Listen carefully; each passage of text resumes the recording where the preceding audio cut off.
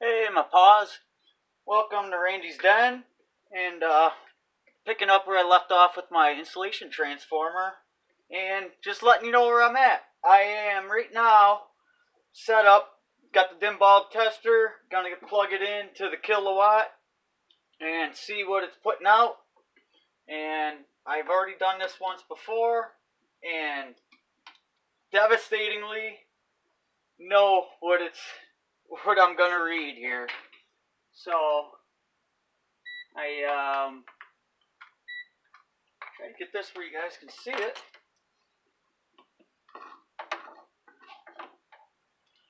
DC mode there. We should be able to read that.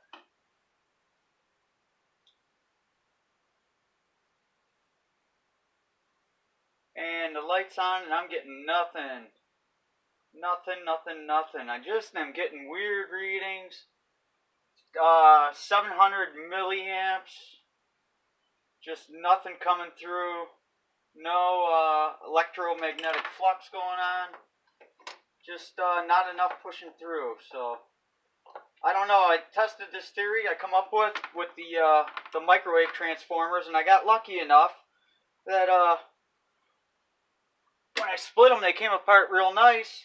So figuring, well, 1-to-1. If the windings, primary windings are the same, they're a 1-to-1, and they looked exactly the same. I can just pull the high voltage winding, the secondary, out of a microwave transformer. I only got like almost 10 of them now, and just swap in a primary that looks almost the same, and go from there. And initially, I was getting weird readings, and I thought my problem was, if you look here, I got that shut off now, the different colors. Well, you got copper here. However, this one right here is a little deeper purple than copper. And you figure, oh, no, it's copper anyway. But I'll tell you what, it's not. It's going to be coated. The enamel coating is over it. And it's going to be aluminum.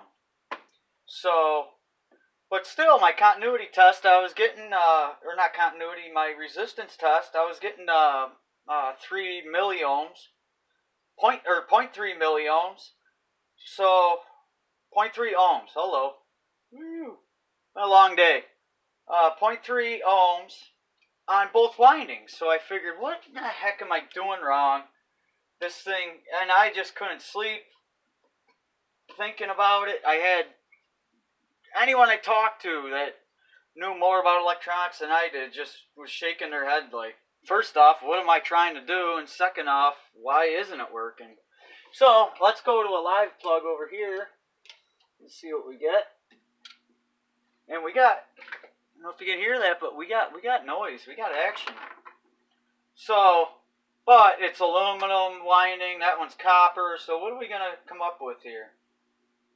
Or I guess we should have it probably on AC. Hello. I was working earlier with the DC, and I keep thinking DC now. It's been a long day. And there we are, 110, 110.7. So, this thing, I am calling a success. It can be done. Isolation transformer, right from 2 microwave transformers. And again, any type of work doing this, you really got to be careful. It's obviously, if you don't know what you're doing, don't attempt it. Leave it to the professionals or people that are just stubborn enough to give it a try like me. But just use all precautions, and if you don't know what you're doing, just don't touch it. So here we go. We got isolation transformer out of 2 microwave transformers. And just to show you kind of where I was at with everything, I even had to paint it up and put a little dialing on it and that to show it off. But right here, I can make more sense of from start to finish here. Let me get this out of the way. And gotta tell you, the glove is not, it's not no fashion statement thing going on here. I got I got wounded the other night. I was using the Weller, the gun solder, and then I had my other solder in my hand. I think it was this one actually. I'll have to do a video on this. This is the TS100. Pretty sweet little unit. Having trouble downloading it, the files onto the computer and that. But anyways, and I did myself pretty darn good, I tell you, the other night. So the Weller was falling, and I grabbed the other soldering iron, that soldering iron, as that was on the bench so it was just going to wipe everything out right over here. And yeah, I grabbed right onto it quite well. So I had a good hold of it. So that thing was just huge earlier today. And I cut around it. But yeah, it's fun. It's sore. A little bit sore. So I'm going to just put something on that quick. Oh, where is... There it is.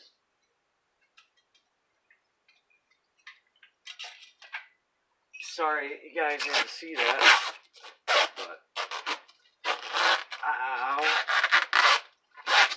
I had to prove that it really wasn't a fashion statement.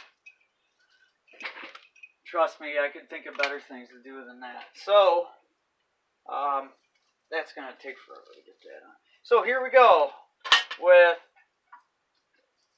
my Transformers, and here is two more actual Transformer primaries.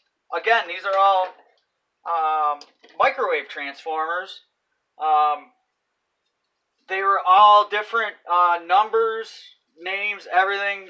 Very similar. It was like T100, and then it would just babble on with a bunch of numbers in that. Some didn't even have numbers. And to be honest with you, some of them, like this one here, the numbers were pretty close with one of the other ones, and it looks like it matches up, but if you could see close, it's actually off in distance and height, or it was thin on the side by about that much. It's like, what the heck here? Nothing's made the same at all. So, actually looking forward to making another one here. Now, I was wondering about I had a lot of thoughts going on when I couldn't get this thing working. And I got all these high voltage windings. Now, I was wondering about using the high voltage windings, putting two of them together, as long as them are, again, as many turns as the one before it. Obviously, this one won't work. This one's oblong size. But, these two here, three actually, are all the same. And the problem I'm going to have with that, though, that's why I'm sketchy about it, is you just don't get the flux transfer, the EMF transfer when you have thinner wire. In the thicker wire, you get a lot better transfer. So I'm not sure how it would work out with the thinner wires. And again, you'll be coming out of it with 110, but I mean, it's such a tiny wire. You know, that's it right here. Not sure if you can see that. I'll put it right up to you so you can see it there. Yeah, it's pretty small. So, but I wanted to show you guys at least the parts and pieces, kind of to take you back to from day one when this all started and everything. Here's the shunts. You know, I got a set of shunts inside my isolation transformer, along with the auxiliary tap winding. This winding. Some microwaves have that, use that. Some don't. I'm not sure exactly what it. I believe it actually tied in right to the magnetron. I believe is where it went. But that's exactly how they laid it. A lot of them were stuck right together, kind of like that. And that's how they worked. So, that's all that goes with that. And I can't tell you how ecstatic I am that my isolation transformer, my idea, has actually come out and worked out. Because like I know if you've seen earlier, I do have like 1 or 2 other videos on it, working on it, and I hit a point where I hit a snag where I just kind of had my hands up in the air, like I don't know what is going on here. It doesn't make sense. I kept getting, in fact, 49.8 volts. So I took the transformer while it was sitting here, turned it around, and come in from the other side, and then tested the side that I was just running the wire, run the power into, and again, 49.8 volts. So I was really scratching my head. I didn't know what to do, and come to find out, it must be the limiting on the dim bulb tester. So I couldn't believe that. I couldn't believe that had an effect on it, for one, but it did. It definitely stopped it from letting it get all the current through. Now, when I tested this earlier, I could plug it in. You're not going to be able to see it, though. I was getting 9 amps out of my kilowatt. Again, that was a dead load. I didn't have anything on the opposing side. I was just running the tester just to see where I was at with it. But if you have any comments or questions on that, leave it up after the video, and I'll try to answer them the best I can. I've only been doing, really got heavy into the electronics within the past year, so I just said, why? I love electronics. I'm just gonna dive into it, and that's all I watch every night on YouTube is Big Clive, EEV Blog, Mr. Carlson's Lab, you name it, Julian Illett, all them guys. I really appreciate what they do, because it really helped me to come along, and I just need to say thanks to them, because it's definitely appreciated. And I know they get compensated for this and that, but there is other reasons for doing things too, so they really give me something to really latch onto, and I tell you, it's just gone off in me like dynamite. I live, breathe, and sleep like electronics now, so absolutely love it, though. Got another video coming up here pretty quick on, I wanted to show you guys something I have not come across yet, and that is, that's just the battery, the charging board, is these guys. Lithium ion, 3.7, and I do have some numbers here. I still have not been able to find what the capacity on these is. That's the only thing, but yeah, I got 1, 2, 3, 4, 5, 6, 7, 8, 9, 10, 11, 12, 13, 14 of these. I got one in my, one in my toothbrush, my electric toothbrush. It's been in there for like 3 weeks, still running strong. And that's because it's just the batteries. If they're not brand new, just the two AA batteries, they just die so fast. Sanyo 6.7 watt. WH, I think? Come on. Yep, WH. And 103450p.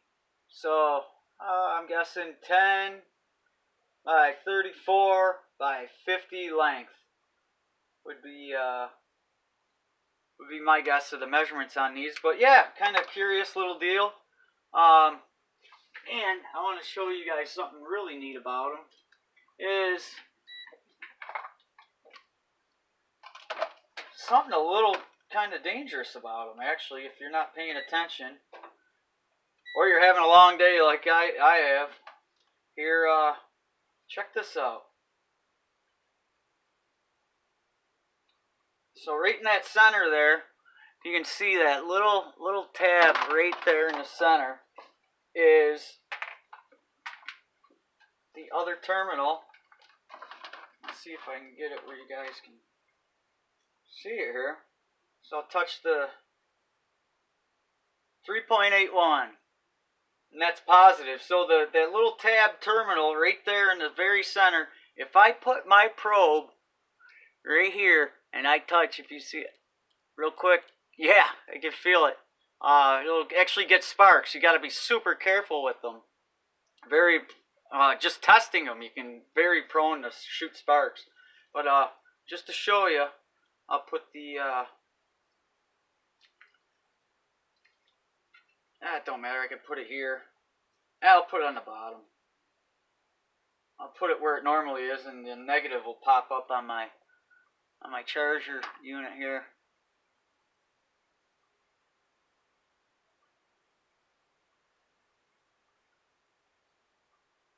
Negative 3.8.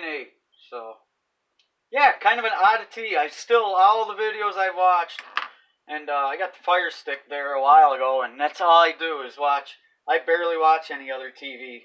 So, but these things are really super neat. And the thing is, anyone that knows me knows that I cannot stand round anything, because they just don't stack. They don't lay. Even a 5-gallon bucket right here. I got a bucket. You can't do anything with them. You put one next to another one, and you got all that wasted space. I can't stand round containers, stuff like that. It's just such a waste of potential space. But that's my little flaw, not your guys, so you don't have to worry about that one. But yeah, again, thanks for watching. Appreciate everything, guys. Again, it's Randy's Den.